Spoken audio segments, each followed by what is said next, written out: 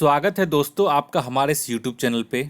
दोस्तों इस वीडियो में हम ज्ञान दर्पण पब्लिकेशन का जो बुक रिव्यू किए थे उसमें कहा था कि अगर 100 लोग कमेंट करते हैं तो इसका मैं टेस्ट सीरीज़ अपने चैनल पे कंटिन्यू करूँगा। पूरा सेट चलाऊँगा। बहुत बढ़िया मुझे सेट लगा है इसका, और ये सेम पैटर्न है जो एग्ज़ाम में पूछते हैं, ठीक है।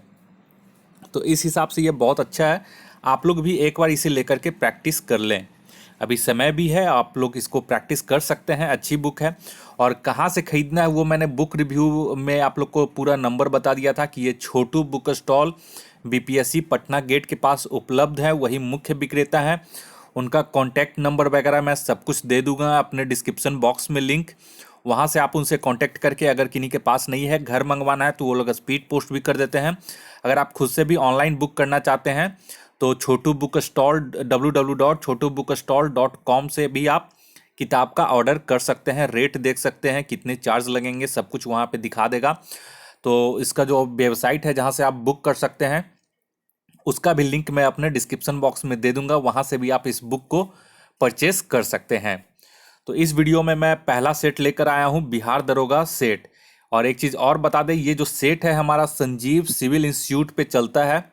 अगर आप लोगों ने अभी तक ये चैनल संजीव सिविल इंस्टीट्यूट नहीं ज्वाइन किया है तो जल्द से जल्द जाएं, उस यूट्यूब चैनल को ज्वाइन कर लें। वो यहीं पे आप लोग का बिहार दरोगा, रेलवे एनटीपीसी और बिहार सचिवालय सहायक का टेस्ट सीरीज चलाया जाएगा फ्री में। कोई कॉस्ट इसका नहीं लगेगा।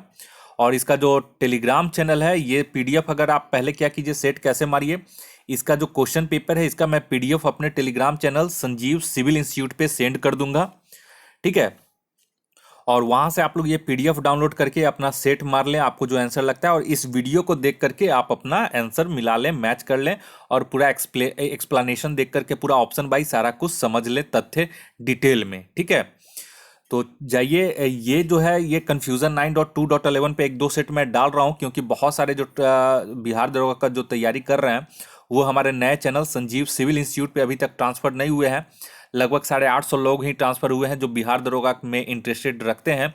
अगर और भी छात्र जो हैं बिहार दरोगा में इंटरेस्टेड हैं, एग्ज़ाम देना चाहते हैं, तो वो कृपया करके हमारा Telegram channel Sanjeev civil Institute, इसका भी मैं लिंक दे दूंगा, और YouTube channel Sanjeev civil Institute भी ज्वाइन कर ले। आगे से जितने भी होंगे वो सारे जो हमारे ये वीडियो होंगे जो प्रैक्टिस सेट करवाए जाएंगे, बिहार सचिवालय, रेलवे एनटीपीसी सीबीटी 2 और बिहार दरोगा, ये सभी जो सेट होंगे वो हमारे Telegram channel Sanjeev civil institute और YouTube channel Sanjeev civil institute पे ही करवाए जाएंगे। तो मैं सारे का लिंक मैं अपने डिस्क्रिप्शन बॉक्स में दे रहा हूँ। यहाँ से आप लोग जाएं और हमारे चैनल संजीव सिविल इंस्टीट्यूट को सब्सक्राइब कर लें, क्योंकि आने वाले जितने भी सेट होंगे ज्ञान दर्पण के बिहार दरोगा का लेटेस्ट सेट वॉल्यूम 2, वो सब हमारे इसी चैनल पे करवाए जाएंगे। तो चलिए यहाँ पे हम लोग शुरू करते हैं। बिहार दरोगा प्रैक्टिस सेट, सेट नंबर 1। चलिए थोड़ा सा जूम कर देते हैं। यहाँ पे देखिए पहला क्वेश्चन बोल रहा है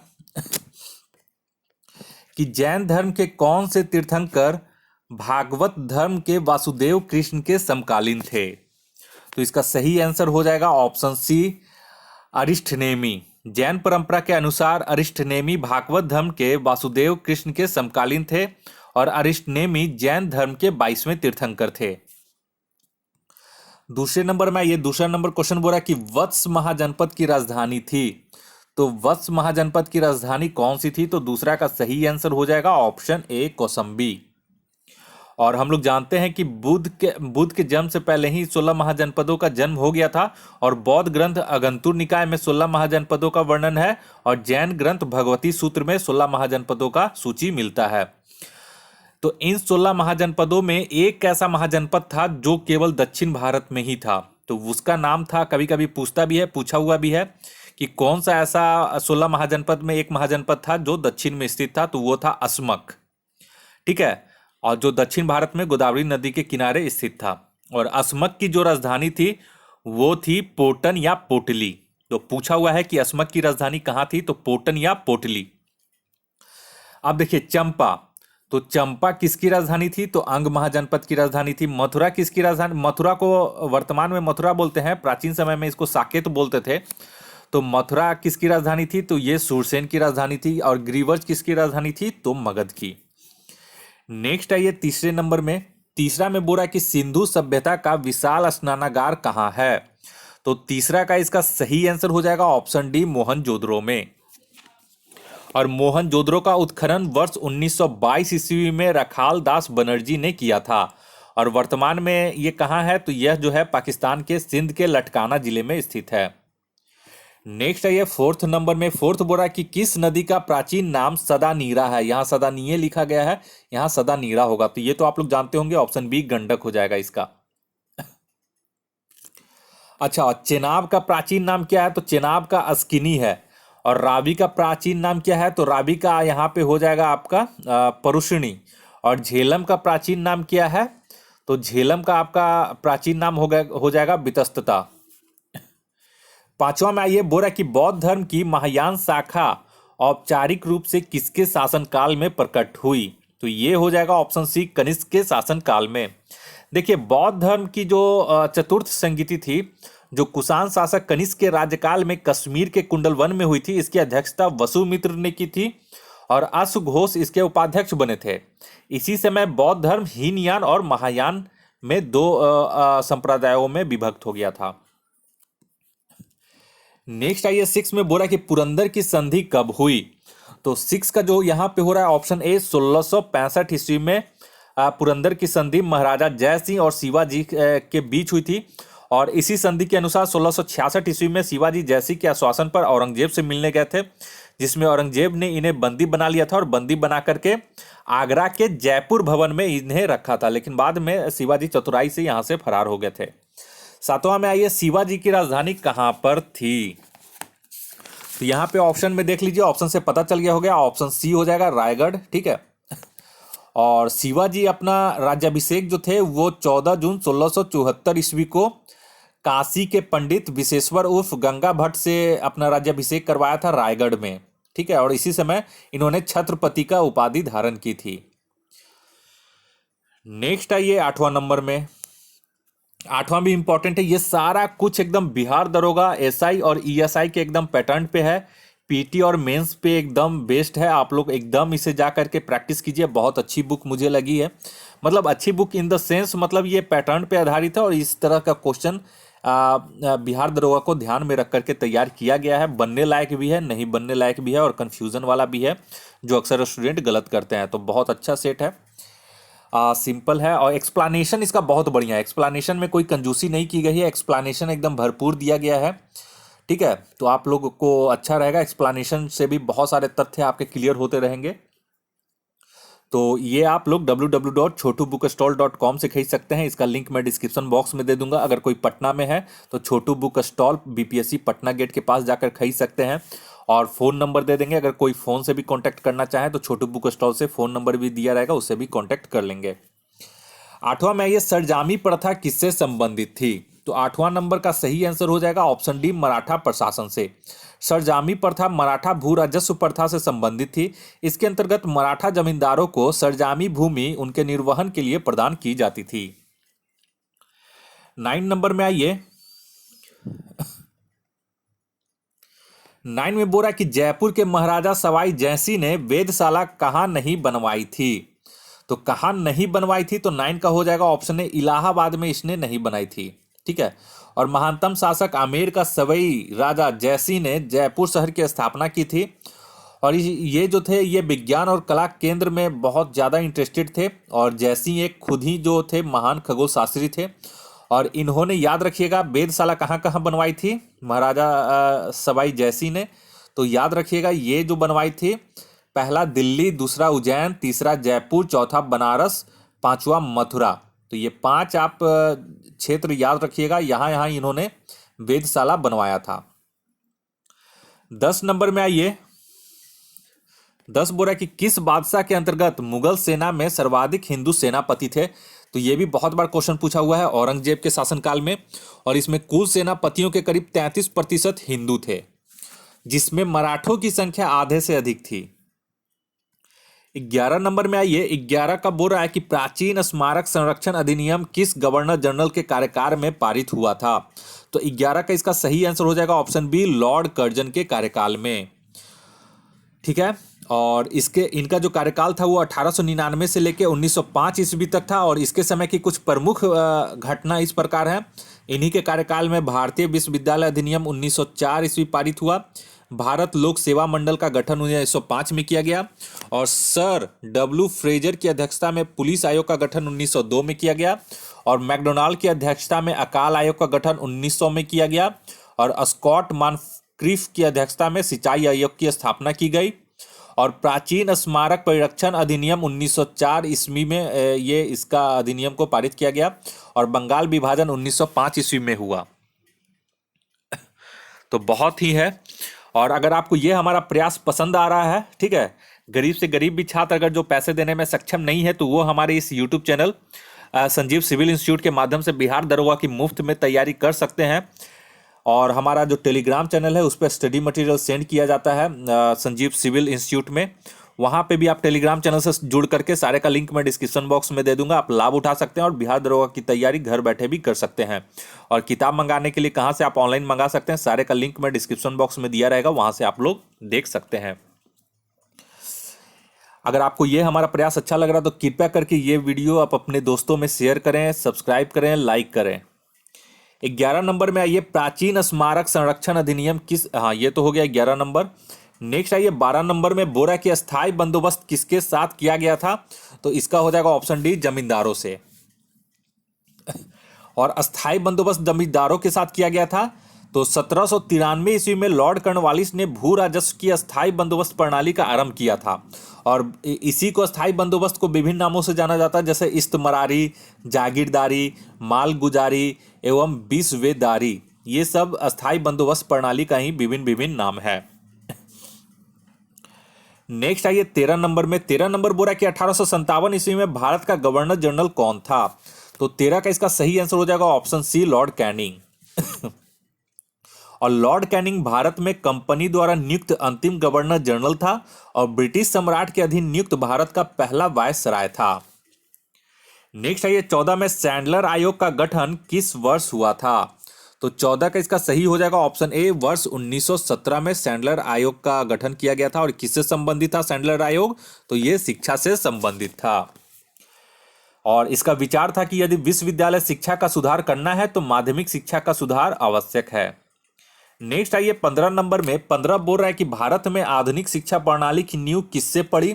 तो 15 का यहाँ पे हो जाएगा ऑप्शन सी, 1835 के मैकाले के स्मरण पत्र से। तो 1835 ईस्वी के मैकाले के स्मरण पत्र से भारत में आधुनिक शिक्षा प्रणाली की नींव पड़ी। और लॉर्ड विलियम बेंटिंग के काल में 7 मार्च 1835 के प्रस्ताव द्वारा मैकाले का दृष्टिकोण अपना लिया गया। नेक्स्ट आइए 16 में, 16 नंबर बोल रहा है कि संविधान के किस अनुच्छेद में विनियोग विधेयक का वर्णन है?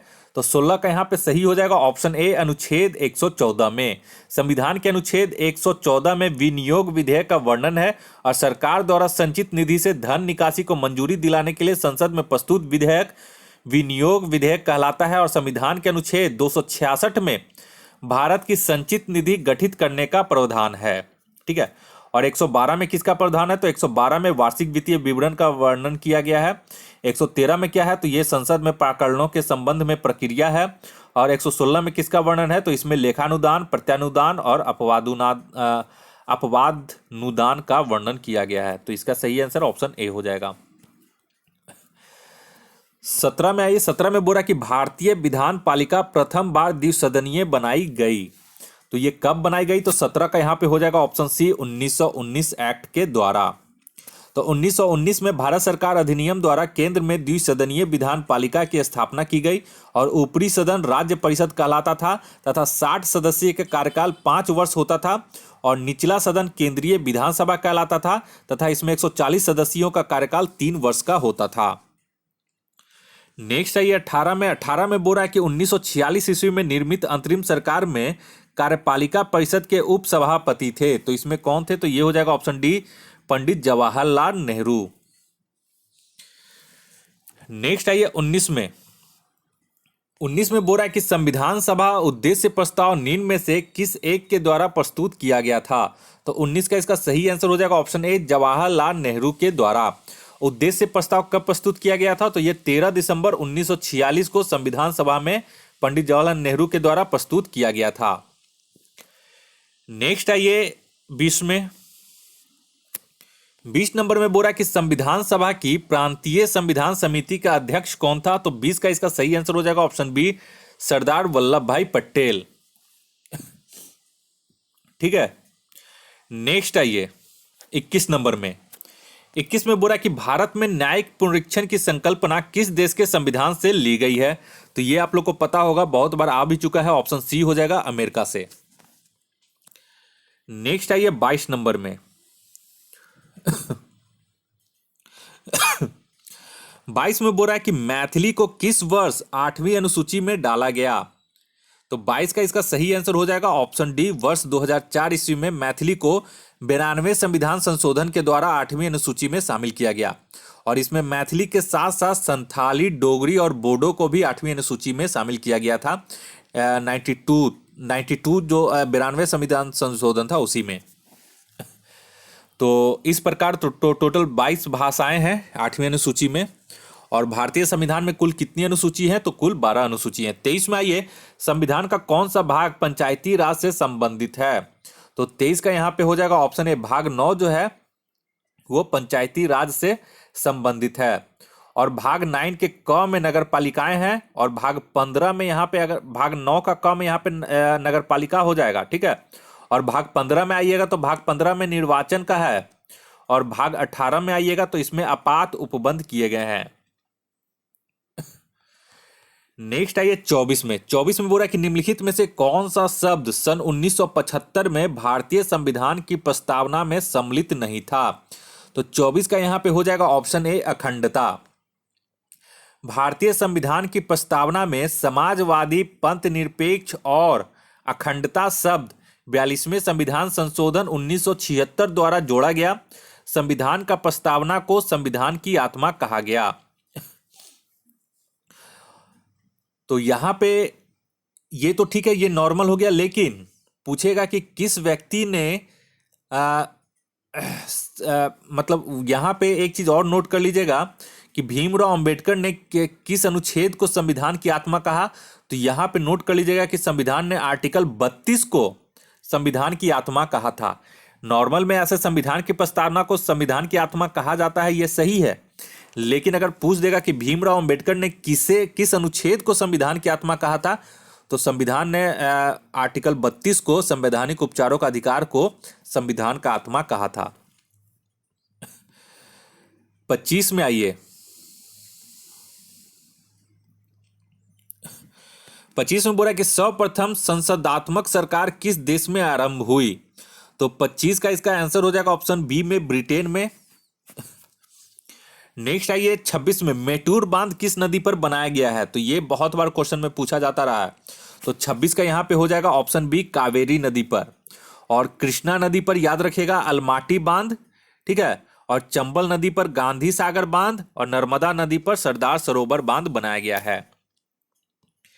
नेक्स्ट आइए 27 में। 27 में बोल रहा है कि निम्नलिखित में से किस राज्य से होकर कर्क रेखा नहीं गुजरती है? तो 27 के यहां पे हो जाएगा ऑप्शन सी, महाराष्ट्र से। तो कर्क रेखा भारत के कुल 8 राज्यों से होकर गुजरती है, जिसमें गुजरात, राजस्थान, मध्य प्रदेश, छत्तीसगढ़, झारखंड, पश्चिम बंगाल, त्रिपुरा और मिजोरम है। नेक्स्ट है 28 में बोला निम्नलिखित में से कौन सा केंद्र शासित राज्य चीन की सीमा से नहीं जुड़ता है? तो इसका हो जाएगा 28 का ऑप्शन है, जम्मू कश्मीर जो है वो चीन की सीमा से नहीं जुड़ता है।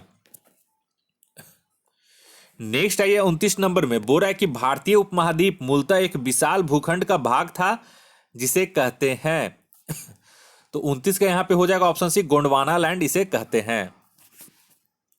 महाद्वीपीय विस्थापन सिद्धांत के अनुसार भारतीय उपमहाद्वीप गोंडवाना लैंड का एक भाग था। गोंडवाना लैंड में कौन कौन शामिल था? तो भारत, ऑस्ट्रेलिया, अंटार्कटिका, अफ्रीका इत्यादि, ये सब एक ही स्थल के पिंड के रूप में जुड़े हुए थे। नेक्स्ट आइए 30 नंबर में। बोला कि हिमालय का पर्वत पदीय प्रदेश है, तो ये कौन सा है? पूछा हुआ क्वेश्चन है। ऑप्शन डी हो जाएगा शिवालिक। शिवालिक श्रेणी हिमालय के पर्वत पदीय प्रदेश के दक्षिणी भाग पर स्थित है। नेक्स्ट आइए 31 में। 31 में बोल रहा है यहाँ पे कि बिग बैंग सिद्धांत निम्नलिखित के उद्भव की व्याख्या करता है। तो किसकी व्याख्या करता है? तो बिग बैंग जो हो जाएगा, आप लोग को पता ही चल गया होगा, ऑप्शन ए ब्रह्मांड का व्याख्या करता है। तो बिग बैंग सिद्धांत एक महाविस्फोट सिद्धांत से संबंधित है जो कि ब्रह्मांड की उत्पत्ति से संबंधित है। और जॉर्ज लेमेनियर ने इस सिद्धांत का प्रतिपादन वर्ष 1927 ईस्वी में किया था। नेक्स्ट है ये 32 में बोला कि सौर मंडल में ग्रहों की संख्या कितनी है? तो सौर मंडल में ग्रहों की संख्या यहाँ पे ऑप्शन बी हो जाएगा, 8 हो जाएगा। अब प्लूटो को आप लोग सभी जानते हैं कि 2006 में इसे हटा दिया गया है ग्रह के श्रेणी से। नेक्स्ट आइए 33 नंबर में बोला कि भूपर पट्टी में बहुतायात में पाया जाने वाला रासायनिक तत्व कौन सा है? तो 33 का यहाँ पे रासायनिक तत्व पूछ रहा है, तो ऑप्शन सी यहाँ पे हो जाएगा ऑक्सीजन। ऑक्सीजन कितना प्रतिशत पाया जाता है? तो 46.7%। और दूसरे नंबर पे यहाँ पे सिलिकॉन हो जाएगा 27.69%। नेक्स्ट आइए 34 नंबर पे बोला कि जब किसी वस्तु को पृथ्वी से चंद्रमा पर ले जाया जाता है तो यहाँ पे 34 का आपको यहाँ पे हो जाएगा ऑप्शन ए, उसका भार घट जाता है। द्रव्यमान में कोई परिवर्तन नहीं होगा, उसका भार घट जाता है क्योंकि वहां पे गुरुत्वाकर्षण जो है वो पृथ्वी का 1/6 भाग होता है। 35 में ये बोल रहा है कि भूमध्य रेखा या विषुवत रेखा गुजरती है। तो 35 के यहाँ पे हो जाएगा ऑप्शन बी मालदीव से। ऑप्शन जो दिया गया है उसमें मालदीव इसका करेक्ट आंसर होगा। इस तरह का एक क्वेश्चन हमेशा बिहार दरोगा में रहा है। नेक्स्ट आइए 36 में ताप का एसआई मात्रक क्या होता है? तो 36 का यहां पे सही हो जाएगा ऑप्शन ए केल्विन। और एम्पियर किसका होता है? तो यहां पे एम्पियर विद्युत धारा का यानी कि करंट का, मीटर जो हो जाएगा आपका दूरी का यानी कि लंबाई का, और कैंडेला जो हो जाएगा ज्योति तीव्रता का, इसका हो जाएगा। ठीक है, ताप का। और ऊष्मा का पूछेगा तो वो जूल हो जाएगा। नेक्स्ट आइए 37 में बोला निम्न में से कौन अदिश राशि है? तो 37 के यहाँ पे हो जाएगा अदिश राशि कौन सा है? तो वेग देखिए सदिश है, त्वरण सदिश है, बल भी सदिश है। तो कार्य जो है ये अदिश राशि हो जाता है यानी कि स्केलर क्वांटिटी। और ये सभी जो है बाकी तीनों ये सब सभी वेक्टर क्वांटिटी हैं। वेक्टर में क्या होता है? परिमाण के साथ साथ दिशा भी होता है। और अदिश राशि में क्या होता है कि केवल परिमाण होता है। 38 में आइए स्मॉल जी यानी कि एक्सेलरेशन ड्यू टू ग्रेविटी यानी कि गुरुत्वाकर्षण का मान न्यूनतम होता है। तो ये कहां पे न्यूनतम होगा? तो ये हो जाएगा ऑप्शन बी विषुवत रेखा पे। और अधिकतम जो होता है ध्रुव पे होगा, या उत्तरी ध्रुव या दक्षिणी ध्रुव पे जी का मान अधिकतम होगा। और न्यूनतम जो होगा विषुवत रेखा पे यानी कि भूमध्य रेखा पे होता है। तो ऑप्शन बी इसका न्यूनतम हो जाएगा विषुवत रेखा पे। नेक्स्ट है 39 में ध्वनि का किस माध्यम से गमन नहीं हो सकता है? तो ध्वनि के लिए हम लोग जानते हैं कि हमेशा जो है वो माध्यम की आवश्यकता होती है। तो यहाँ निर्वात हो जाएगा क्योंकि यहाँ पे कोई माध्यम नहीं होता। तो ऑप्शन डी इसका सही हो जाएगा, यहाँ से ध्वनि का गमन नहीं होता है। और यही वजह है कि चंद्रमा पे कोई माध्यम नहीं है, वहाँ निर्वात है। इस वजह से वहाँ पे ध्वनि जो है एक दूसरे के साथ सुनाई नहीं देगा, क्यों ना वो कितने भी क्लोज हों। नेक्स्ट आइए 40 नंबर में 40 में बोला कि किसी व्यक्ति का पूरा प्रतिबिंब देखने के लिए एक समतल दर्पण की न्यूनतम ऊंचाई होती है। तो कितनी होती है? तो इसका आप लोग को पता होगा, ऑप्शन बी हो जाएगा व्यक्ति की ऊंचाई की आधी कम से कम होनी चाहिए न्यूनतम।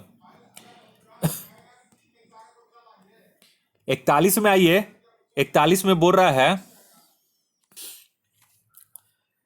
नेक्स्ट क्वेश्चन आइए 41 में 41 बोल रहा है निम्नलिखित में से कौन सा रासायनिक परिवर्तन है? तो रासायनिक परिवर्तन होता है क्या कि किसी पदार्थ में परिवर्तन होने से एक नया पदार्थ बनता है, फिर उसको रिवर्स नहीं किया जा सके। तो 41 के यहां पे हो जाएगा ऑप्शन ए पटाखों का जलना। साफ पता चल गया। नेक्स्ट आइए 42 में 42 बोल रहा कि निम्नलिखित में से कौन एक रेडियोधर्मी तत्व नहीं है, यानी कौन सा एक रेडियो एक्टिव एलिमेंट्स नहीं है? तो 42 का यहाँ पे सही आंसर हो जाएगा ऑप्शन सी HNO। सॉरी, इसमें मैंने बता दिया।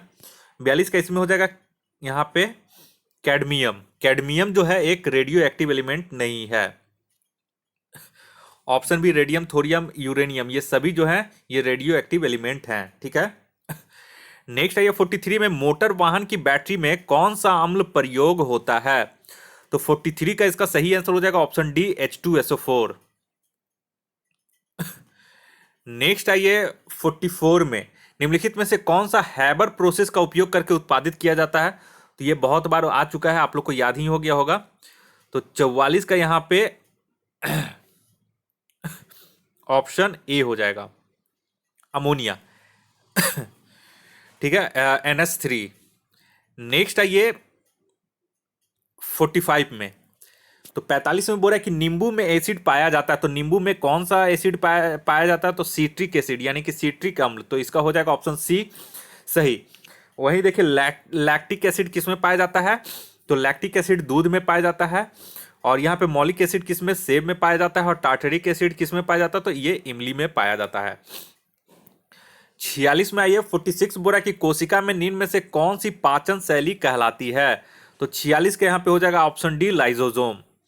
कोशिका में लाइजोजोम की पाचन शैली होती है। नेक्स्ट आइए 47 में। 47 बोरा निम्नलिखित में से कौन सा रोग पुरुषों की तुलना में महिलाओं में बहुत कम होता है? तो 47 के यहाँ पे हो जाएगा ऑप्शन डी, वर्णांधता यानी कि कलर ब्लाइंडनेस जो होता है वो महिलाओं की तुलना में पुरुषों में ज्यादा होती है।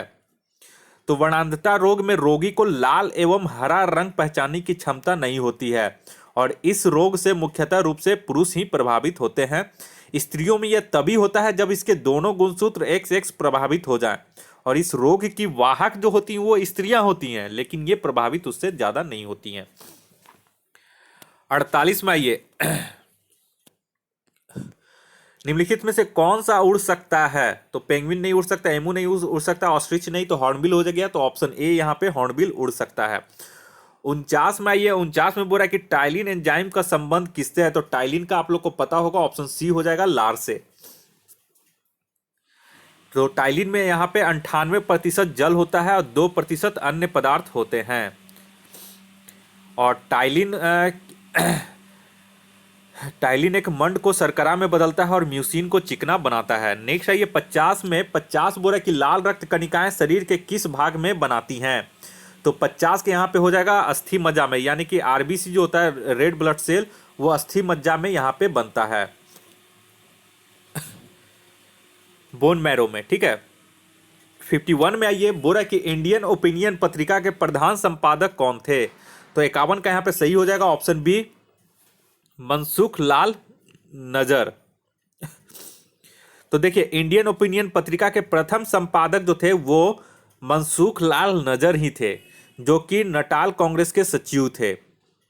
जबकि महात्मा गांधी ने इंडियन ओपिनियन पत्रिका को आरंभ 1903 ईस्वी में दक्षिण अफ्रीका से किया था और यह पत्रिका हिंदी, अंग्रेजी, गुजराती और तमिल भाषा में प्रकाशित होती थी। नेक्स्ट आइए 52 में। भारत का प्रथम आधुनिक पुरुष किसे माना जाता है? तो ये हो जाएगा ऑप्शन ए, राजा राम मोहन राय को प्रथम आधुनिक पुरुष माना जाता है और इन्हीं को आधुनिक भारत का पिता या भारतीय राष्ट्रवाद का पैगंबर या अतीत और भविष्य का मध्य सेतु या फिर इन्हें ही भारतीय पुनर्जागरण का पिता और युगदूत भी कहा जाता है। इन्होंने ही हिंदू धर्म में एकेश्वरवादी मत का प्रचार किया था और 1815 ईस्वी में युवा समर्थकों के सहयोग से आत्मीय सभा की स्थापना किए थे और 1828 ईस्वी में ब्रह्म समाज की स्थापना भी राजा राम मोहन राय ने किए थे। 53 में आइए। बोला कि भारत सेवक समाज की स्थापना किसने की थी? तो 53 का यहाँ पे ऑप्शन हो जाएगा, गोपाल कृष्ण गोखले ने 1905 ईस्वी में। भारत सेवक समाज पूछेगा तो गोपाल कृष्ण गोखले ने 1905 ईस्वी में। तो 53 का यहाँ पे देख ले हम लोग, ऑप्शन इसका डी हो जाएगा। क्यों? क्योंकि इनमें से कोई नहीं, क्योंकि ये जो सही आंसर थे गोपाल कृष्ण गोखले था। नेक्स्ट आइए 54 में। 54 यहां पे बोल रहा है कि भारत संघ के संस्थापक कौन थे? तो भारत संघ के संस्थापक यहां पे 54 का सही हो जाएगा ऑप्शन सी, सुरेंद्र नाथ बनर्जी। इंडियन एसोसिएशन, ठीक है, तो इसको इंग्लिश में कभी कभी लिख दिया जाता है इंडियन एसोसिएशन, यही पूछता है। तो सुरेंद्र नाथ बनर्जी ने आनंद मोहन बोस के सहयोग से 26 जुलाई 1876 को भारत संघ या इंडियन एसोसिएशन की स्थापना कलकत्ता में किए थे। और याद रखिएगा सुरेंद्र नाथ बनर्जी को 1874 ईस्वी में सिविल सेवा से बर्खास्त कर दिया गया था। नेक्स्ट आइए 55 में। 55 में बोला कि भारतीय राष्ट्रीय कांग्रेस के संस्थापक थे, तो वो जो थे एओ ह्यूम, वो क्या थे? वो सिविल सेवा के एक निवृत्त ब्रिटिश अधिकारी थे, अतः वे असैनिक सेवक थे। तो 55 के यहाँ पे ऑप्शन डी हो जाएगा, असैनिक, यानी कि सिविल सेवा के वो थे, ठीक है। 56 में आइए, 56 में बोल रहा है कि निम्नलिखित में से कौन चिपको आंदोलन से संबंधित थे। तो 56 का यहाँ पे आप लोग को पता चल गया होगा, सुंदरलाल बहुगुणा, जिनका हाल ही में निधन हो गया है। तो यहाँ पे ये ऑप्शन ए हो जाएगा। और यहाँ पे पी हेगड़े दिया गया है, तो पी हेगड़े एक एपिको आंदोलन चलाए थे, उन्हीं से संबंधित है। मेधा पाटेकर आप लोग जानते हैं नर्मदा बचाओ आंदोलन से जुड़ी हुई हैं। और बाबा आमटे जो है वो शांत घाटी आंदोलन से ये जुड़े हुए हैं। नहीं, यहाँ पे एक बार आप लोग बाबा आमटे का एक बार चेक कर लीजिएगा, ठीक है, ये वाला चेक कर लीजिएगा। इसका आंसर तो ऑप्शन ए है। नेक्स्ट आइए 57 में, नालंदा स्थल को किस वर्ष यूनेस्को की विश्व विरासत स्थल की सूची में शामिल किया गया। तो 57 के यहां पे हो जाएगा ऑप्शन सी, वर्ष 2016 में। जबकि महाबोधि मंदिर बोध गया स्थल को यूनेस्को की विश्व विरासत स्थल में 2002 में ही शामिल किया गया था, लेकिन नालंदा स्थल को 2016 में शामिल किया गया। तो इसका ऑप्शन सी हो जाएगा। 58 में ये बोल रहा है, भारत के प्रधानमंत्री ने स्वच्छ भारत अभियान आधिकारिक रूप से कब प्रारंभ किया। तो 58 का यहां पे हो जाएगा ऑप्शन सी, गांधी जयंती के अवसर पर, यानी कि 2 अक्टूबर 2014 को। और 2019 में गांधी जी की 150वीं वर्षगांठ मनाया गया। 59 में आइए, 59 में बोला कि नॉर्मन बोरलॉग को किस क्षेत्र में नोबेल पुरस्कार प्रदान किया गया। तो 59 का यहाँ पे हो जाएगा ऑप्शन डी, इनमें से कोई नहीं। क्यों? क्योंकि ये हरित क्रांति के जनक थे। नॉर्मन बोरलॉग को वर्ष 1970 ईस्वी में नोबेल का शांति पुरस्कार दिया गया था। इनका जन्म स्थान अमेरिका था, जबकि इन्होंने मैक्सिको में रिसर्च कार्य किया था। नेक्स्ट आइए 60 नंबर में, 60 नंबर बोल रहा है कि अंटार्कटिका में भारत के तृतीय शोध केंद्र का नाम है। तो 60 का यहां पे हो जाएगा ऑप्शन सी, भारती। अंटार्कटिका में भारत के तृतीय शोध केंद्र का नाम भारती है और इसकी स्थापना 2012 में हुई थी, जबकि अंटार्कटिका में भारत का पहला अनुसंधान केंद्र दक्षिण गंगोत्री थी और इसकी स्थापना 1983-84 में हुई थी। और दूसरे अनुसंधान केंद्र का नाम मैत्री था, जिसकी स्थापना 1988 से 1989 के बीच में की गई थी। नेक्स्ट है ये 161 में बोल रहा है कि नामदफा बाघ रिजर्व किस राज्य में है। तो नामदफा बाघ रिजर्व आपको किस देश में है, तो इसका सही आंसर हो जाएगा 61 का ऑप्शन ए, अरुणाचल प्रदेश में। और यहाँ पे अरुणाचल प्रदेश में आपका नामदफा है, और कर्नाटक में अगर पूछेगा तो बांदीपुर है अभ्यारण्य, असम में पूछेगा तो मानस अभ्यारण्य, और उड़ीसा में सिमलीपाल अभ्यारण्य हो जाएगा। नेक्स्ट आइए 62 में, 62 नंबर बोल रहा है किस देश की राजधानी रब्बात है। तो 62 के यहाँ पे सही आंसर हो जाएगा ऑप्शन डी, मोरक्को का। मोरक्को का रबात है, अल्जीरिया का अल्जियर्स है, ठीक है। और यहाँ पे अंगोलो का हो जाएगा लुआंडा, और मॉरिशस का हो जाएगा पोर्ट लुइस। 63 में आइए, 63 का बोल रहा है कि किस देश की राजधानी दुशांबे है। तो 63 के यहाँ पे सही आंसर हो जाएगा ऑप्शन बी, तजाकिस्तान की राजधानी। और तुर्कमेनिस्तान की राजधानी एक्सबात हो जाएगा, ठीक है। तुर्कमेनिस्तान की अगर राजधानी पूछेगा तो इसका एक एशगाबाद हो जाएगा, और किर्गिस्तान की राजधानी पूछेगा तो यह बिश्केनेक हो जाएगा, और उज्बेकिस्तान का पूछेगा तो यहाँ पे ताशकंद हो जाएगा। 64 में आइए, निम्नलिखित में से कौन सा देश यहाँ पे पूछा कि कौन सा देश यहाँ पे भू आवेष्टित है, यानी कि लैंड लॉक्ड है, यानी कि लैंड से घिरा हुआ देश है। तो यहां पे आपका हो जाएगा 64 का ऑप्शन ए, लेसेथो। 65 में आइए, 65 का बोला कि लोकटक झील किस राज्य में है। तो बहुत बार ये आ चुका है, लोकटक झील मणिपुर में है, आप लोग को याद ही होगा, ऑप्शन सी इसका हो जाएगा सही आंसर।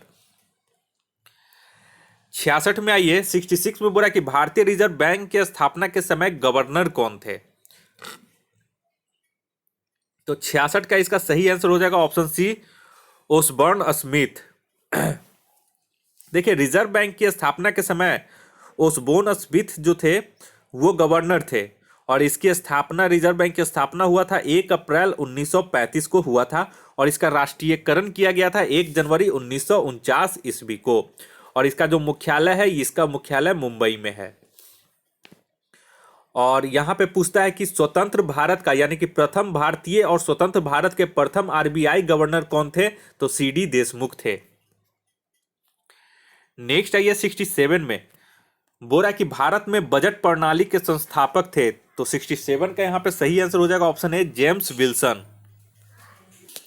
तो 67 का आप लोग ध्यान से इसका एक्सप्लेनेशन सुनिएगा। बोल रहा है कि भारत में बजट प्रणाली के संस्थापक, यहाँ पे संस्थापक पूछ रहा है, इसलिए इसका ऑप्शन ए हो जाएगा जेम्स विल्सन।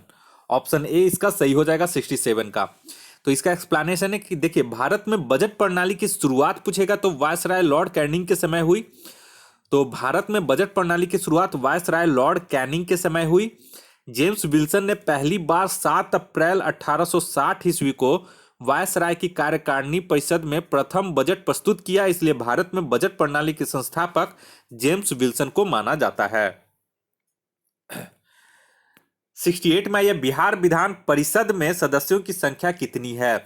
तो विधान परिषद में पूछेगा तो 68 का ऑप्शन डी हो जाएगा, इनमें से कोई नहीं। क्यों? क्योंकि विधान परिषद में 75 सीट है और 40 सीट है बिहार बिहार से जो लोकसभा की सीट है उसमें 40 सीट है, 243 यहाँ पे विधानसभा की सीट है और 16 जो सीट है वो बिहार से राज्यसभा की सीट है। नेक्स्ट है 69 में, बिहार में साक्षरता दर कितना है? तो 69 का इसका ऑप्शन बी हो जाएगा, 61.8%। अगर इसमें पुरुष साक्षरता दर पूछेगा तो 71.2% और महिला साक्षरता दर पूछेगा तो 51.5% हो जाएगा।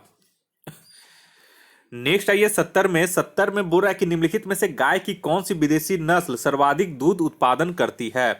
तो 70 के यहां पे हो जाएगा ऑप्शन सी, होल्स्टीन फ्रीजियन।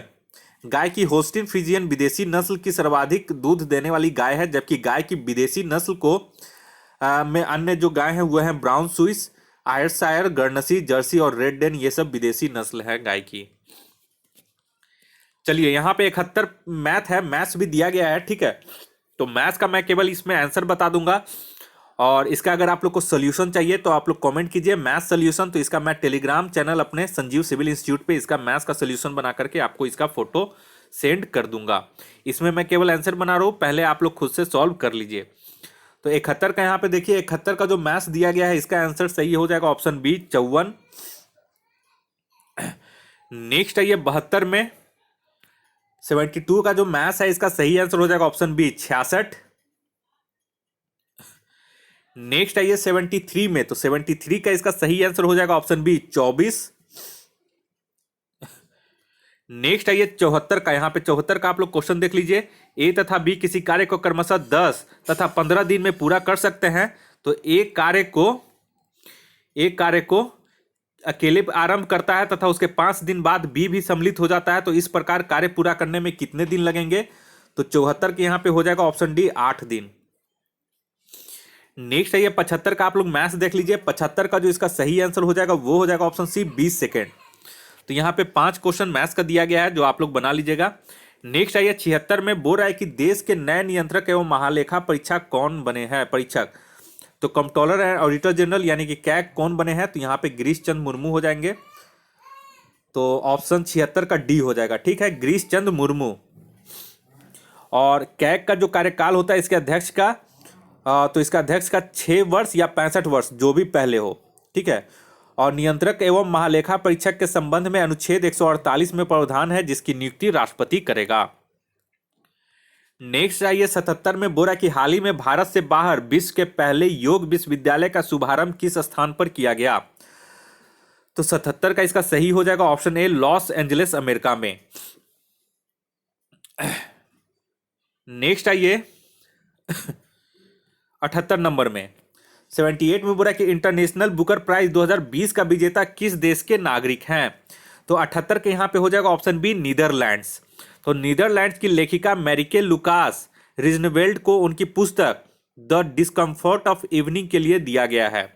तो यहाँ पे देख ली, यहाँ पे 2020 और 2021 का कंबाइन करके दे दिया गया है, लेकिन ज्यादातर 2020 का करंट अफेयर्स है इसलिए दिया गया है क्योंकि जैसे अभी ईएसआई का जो मेंस हुआ था उसमें 2020 का ही एक्यूरेट करंट अफेयर्स था। बहुत सारे छात्र जो थे वो 2021 का भी पढ़ के गए थे, लेकिन 2021 से वहां पे करंट अफेयर्स नहीं आया। तो कहा जाता है कि एक साल का कम से कम आप लोग करंट अफेयर्स देख के जाएं एग्जाम देने, क्योंकि एग्जाम का जो क्वेश्चन होता है 4-5 महीने 6 महीने पहले ही सेट हो जाते हैं। नेक्स्ट आइए 79 में बोल रहा है विश्व खाद्य पुरस्कार 2020 किसे प्रदान किया गया? तो 79 का यहां पे हो जाएगा ऑप्शन डी, रोशन लाल को। 79 का यहाँ पे गलत हो गया, ठीक है, मेरे से मिस्टेक हो गया। 79 का यहाँ पे जो सही आंसर हो जाएगा वो हो जाएगा ऑप्शन ए, रतन लाल को। ठीक है, विश्व खाद्य पुरस्कार फाउंडेशन द्वारा भारतीय मूल के प्रसिद्ध अमेरिकी मृदा वैज्ञानिक डॉक्टर रतन लाल को प्रदान किया गया है। नेक्स्ट आई 80 में बोल रहा है कि राजीव गांधी खेल रत्न पुरस्कार 2020 की विजेता मनिका बत्रा किस खेल से संबंधित है जो हाल ही में विवादित है, क्योंकि फेडरेशन पे इन्होंने कुछ गंभीर आरोप लगाए हैं। तो 80 का इसका हो जाएगा टेबल टेनिस से। तो यहाँ पे देख लेते हैं हम लोग कौन सा ऑप्शन है इसका। तो ऑप्शन डी इसका सही हो जाएगा। नेक्स्ट है 81 में 81 बोल रहा है कि 92वें ऑस्कर पुरस्कार 2020 में सर्वश्रेष्ठ फिल्म का पुरस्कार मिला है। तो किसे मिला है? तो 81 का यहाँ पे सही हो जाएगा ऑप्शन ए, पैरासाइट को, जो कि एक साउथ कोरियन एक मूवी है, दक्षिण कोरिया की एक मूवी है। और ऑस्कर इतिहास में सर्वश्रेष्ठ फिल्म का खिताब जीतने वाली ये विदेशी भाषा यानी कि गैर अंग्रेजी की पहली फिल्म है। नेक्स्ट आई 82 में 82 में बोला कि वर्ष 2020 में विश्व स्वास्थ्य संगठन ने किस देश को पोलियो मुक्त देश घोषित किया है? तो 82 इसका सही हो जाएगा ऑप्शन सी, नाइजीरिया को। और WTO की अध्यक्ष जो हुआ बनी है वो नाइजीरिया की है, जो कि पहली बार ऐसा हुआ है। 83 में आइए 83 का है किस शहर को विश्व के अग्रणी खेल पर्यटन गंतव्य के रूप में चुना गया है? तो 83 का यहाँ पे सही आंसर हो जाएगा ऑप्शन सी, अबू धाबी को। तो ओमान के मस्कट में आयोजित 26वें विश्व यात्रा पुरस्कार में अबू धाबी को विश्व के अग्रणी खेल पर्यटन गंतव्य के रूप में चुना गया है। नेक्स्ट आइए 84 नंबर में बोला कि हाल ही में रेलवे संग्रहालय स्थापित किया गया है। तो ये कहाँ किया गया है? तो 84 के यहाँ पे हो जाएगा ऑप्शन डी, हुबली। और हुबली कहाँ है? तो ये कर्नाटक राज्य में है। 85 में आइए 85 में बोला कौन सा देश अपने राजनीतिक मानचित्र में भारत के लिपू लेक, काला पानी और लिम्पियाधुरा को शामिल किया है? तो ये हाल ही की बहुत विवादित रहा था, तो बहुत लोग को पता चल गया होगा। ऑप्शन डी हो जाएगा, कोई नहीं। क्यों? क्योंकि ये नेपाल ने काम किया था। 86 में आइए 86 का बोला हाल ही में भारत के किस शहर में थेंजोल गोल्फ रिसोर्ट परियोजना आरंभ किया गया है? तो 86 का इसका सही आंसर हो जाएगा ऑप्शन बी, मिजोरम में। भारत सरकार के पर्यटन मंत्रालय की यहाँ पे स्वदेश दर्शन योजना के तहत मिजोरम में कार्यान्वित थेंजोल गोल्फ रिसोर्ट परियोजना का वर्चुअल रूप से उद्घाटन किया गया। नेक्स्ट है 87 में बोल रहा है कि मनोदर्पण योजना केंद्र सरकार के किस विभाग द्वारा आरंभ किया गया है? तो 87 के यहाँ पे हो जाएगा ऑप्शन डी, मानव संसाधन विकास मंत्रालय, जिसका वर्तमान में नाम बदल करके शिक्षा मंत्रालय कर दिया गया है। नेक्स्ट आइए 88 में बुरा हैश आई कमिट अभियान किस केंद्रीय मंत्री ने आरंभ किया है? आई कमिट, ठीक है, हैश आई कमिट अभियान किस केंद्रीय मंत्री ने आरंभ किया है? तो 88 का यहाँ पे हो जाएगा ऑप्शन बी, RK सिंह ने। और RK सिंह क्या है? तो ये केंद्रीय विद्युत और नवीन एवं नवीकरणीय ऊर्जा के राज्य मंत्री हैं स्वतंत्र प्रभार के। और ये जो है विश्व पर्यावरण दिवस पर आरंभ किया गया था। नेक्स्ट है 89 में बोला कि अजय वारियर 2020 भारत और किस देश के बीच संयुक्त सैन्य अभ्यास है? तो अजय वारियर यहाँ पे हो जाएगा ऑप्शन सी, ब्रिटेन के साथ इसका संयुक्त सैन्य अभ्यास है। नेक्स्ट है 90 नंबर में 90 में बोला कि 36वां आसियान शिखर सम्मेलन 2020 आयोजित हुआ। तो ये कहाँ पे आयोजित हुआ है? तो ये ऑप्शन बी हो जाएगा, हनोई, ठीक है। और वीडियो कॉन्फ्रेंसिंग के माध्यम से हुआ है। और हनोई जो है ये वियतनाम की राजधानी है। और इसका मुख्य जो विषय था वो था cohesive and responsive Asian. Next है 91 नंबर में बुरा 73वीं विश्व स्वास्थ्य सभा 2020 कहाँ आयोजित हुआ? तो 91 का इसका सही हो जाएगा ऑप्शन ए, जिनेवा में। और इसमें जो इस सत्र में भारत का प्रतिनिधित्व केंद्रीय स्वास्थ्य मंत्री एवं परिवार कल्याण पूर्व मंत्री डॉक्टर हर्षवर्धन सिंह ने किया था। नेक्स्ट है 92 में बोला कि सोशल मीडिया क्षेत्र की कौन सी कंपनी रिलायंस की जियो प्लेटफॉर्म के साथ समझौता किया है? तो 92 का यहां पे हो जाएगा सही answer option D, Facebook. Next आइए 93 में बोला कि भारतीय रिजर्व बैंक ने किस देश के साथ मुद्रा विनिमय हेतु समझौता किया है? तो 93 का यहाँ पे सही हो जाएगा ऑप्शन सी, श्रीलंका के साथ। और भारतीय रिजर्व बैंक ने श्रीलंका को $400 मिलियन की मुद्रा विनिमय सुविधा प्रदान करने हेतु श्रीलंका के केंद्रीय बैंक के साथ समझौते पर हस्ताक्षर किए हैं। नेक्स्ट आइए 94 में बोला कौन सा संविधान संशोधन विधेयक द्वारा अनुसूचित जाति तथा अनुसूचित जनजाति के लिए लोकसभा तथा विधानसभा में सीटों के आरक्षण के प्रावधान को 10 वर्ष के लिए बढ़ा दिया गया है।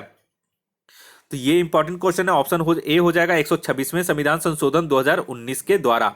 और इसे बढ़ा करके अब 10 वर्ष बढ़ा करके कितना कर दिया गया है, तो 25 जनवरी 2030 तक के लिए इसे आरक्षित कर दिया गया है। नेक्स्ट आइए 95 नंबर में।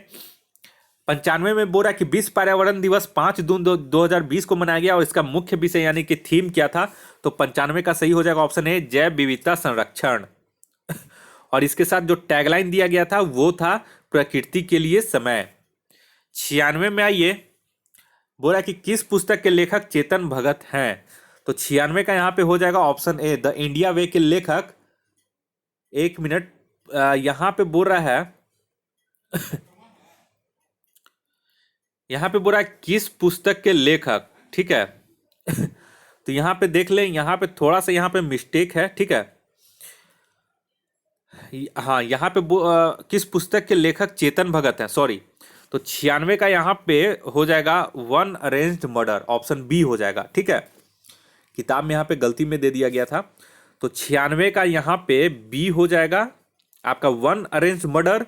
और इंडिया पॉजिटिव के लेखक, ये दो किताब है, वन अरेंज्ड मर्डर और इंडिया पॉजिटिव, इसके लेखक आपके चेतन भगत हैं। और द इंडिया वे के हो जाएंगे लेखक एस जयशंकर, जो कि विदेश मंत्री हैं। और रिसर्जेंट इंडिया के लेखक हो जाएंगे बिमल जलान। और चेंजिंग इंडिया के हो जाएंगे मनमोहन सिंह। नेक्स्ट आइए 97 नंबर में, बोला विश्व की 100 उच्चतम भुगतान पाने वाली मशहूर हस्तियों की सूची 2020 जारी की गई, उसमें किस भारतीय अभिनेता को शामिल किया गया, तो 97 का यहाँ पे हो जाएगा ऑप्शन सी, अक्षय कुमार को इसमें शामिल किया गया। नेक्स्ट आइए 98 नंबर पे, बोला वैश्विक ऊर्जा संक्रमण सूचकांक 2020 में भारत का स्थान कितना है, तो 98 का इसका हो जाएगा ऑप्शन ए, 74वां स्थान है। और प्रथम स्थान स्वीडन को मिला है। नेक्स्ट आइए 99 नंबर पे, 99 बोला कि काले चावल का जीआई टैग किस राज्य को मिला है, तो 99 का यहां पे हो जाएगा ऑप्शन बी, मणिपुर को। नेक्स्ट ब्लैक राइस भी बोलते हैं। नेक्स्ट आइए यहां पे 100 में, किस देश में महात्मा गांधी अंतर्राष्ट्रीय कन्वेंशन सेंटर की स्थापना किया गया है, तो ये भी इंपॉर्टेंट है। 100 का हो जाएगा ऑप्शन सी, नाइजर में। तो नाइजर में विदेश मंत्री एस जयशंकर के द्वारा भारत द्वारा निर्मित महात्मा गांधी अंतर्राष्ट्रीय कन्वेंशन सेंटर का उद्घाटन किया गया है, ठीक है। तो इस तरह से यहाँ पे जो सेट है, यहाँ पे 100 पूरा टेस्ट कंप्लीट कर दिया मैंने पूरा एक्सप्लेनेशन के साथ। आई होप कि आप लोग को बहुत अच्छा लगा होगा।